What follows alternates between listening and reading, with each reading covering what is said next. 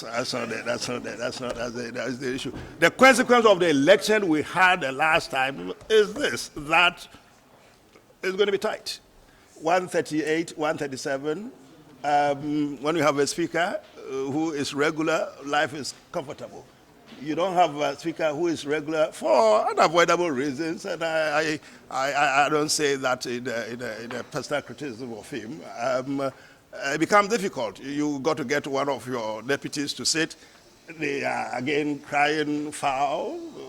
Well, speaker sits, deputy speaker sits. He can't do A, B, C, D. It makes life difficult. So we all accept that yes, because of our numbers, we have difficulties. But who in their right frame of mind would suggest that for that reason a government of the day would want to arrest members of parliament? Well, we practice democracy in Ghana.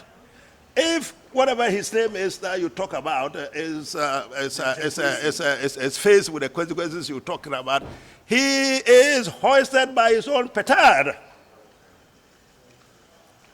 On the 9th of the 7th, or what is 6th, the 9th or 7th or whatever, when this thing came about, I mean, the voting and all that, when this matter had come about because of the alleged citizenship, double Canadian, whatever that they talked about, I personally called the former Deputy Attorney General, Dominic Ahini, and spoke with him about it.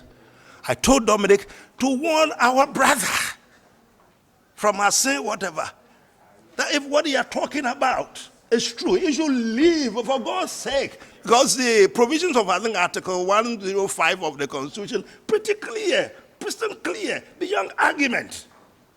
Leave the place. If that wasn't bad enough, we had a precedent of our late brother Ademu Sekendi, who had gone through the same processes. In the end, he was disqualified, and it didn't end at that. He was prosecuted and incarcerated. I was afraid. My heart was bleeding for him. I sent Dominic to go and speak with him. Well, in the circumstances, when they were clear in their mind, they had numbers to elect Babin as their speaker, they were prepared to wheel whoever, irrespective of their qualification. Indeed, I venture to say that, listen, don't let this guy applaud you from high hell to whatever, because in the end, when you go into prison, they will even take you off, see you off to his home gate. You'll be going all alone. So who is now the legal matters? I mean, we will deal with the prosecution before. No. The determination that post no, you got a point there, but that's not what we are dealing with. We're dealing with the issue of the suggestion that you made that all this has come about because government wants to reduce their numbers by one. No, but because it hasn't been lying fallow. No, it hasn't. You know, man. Voted to approve the 2022 budget. But you are not following the point that we're making. I mean, we expressed this fear that I've just expressed. I mean, we did it on the 9th of whatever. I've explained all of that. He should have taken heed. They went through the processes to vindicate himself. If in the process it was the fact that all the allegations were bogus, so be it. We would all have applauded for him.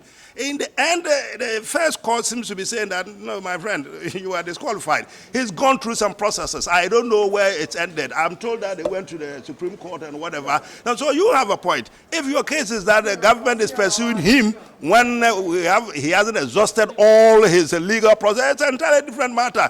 But what gets my back up is any suggestion that the government intends to do that because they want to reduce the NDC numbers by one. But I mean, what kind of? That if you hasn't gone through all the court processes, you cannot commence prosecution, criminal prosecution. But you see, you got to be careful. You got to be careful. You should find out more from the Attorney General and those involved with this. I'm not sure you do know the state of affairs. I don't claim to know. I'm serious. I don't claim to know that. I've read the Canadian Citizenship Act, I think of 2000 or whatever. The 2000. I've read it. I have no doubt at all in my mind about all in the end what this thing will come up to. I've read that one. What I do not know, speaking to you this afternoon, is whether he's gone through all of it. Attorney General is a brilliant lawyer. He must have known where this whole thing has come up to. I'm aware that they appealed, they filed all sorts of processes.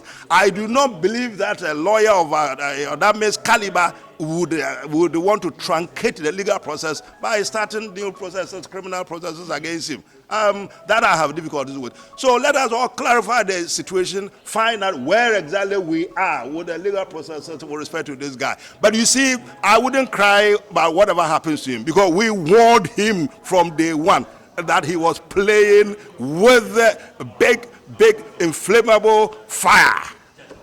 Okay, so what will be your advice to him? Oh, go where you've been.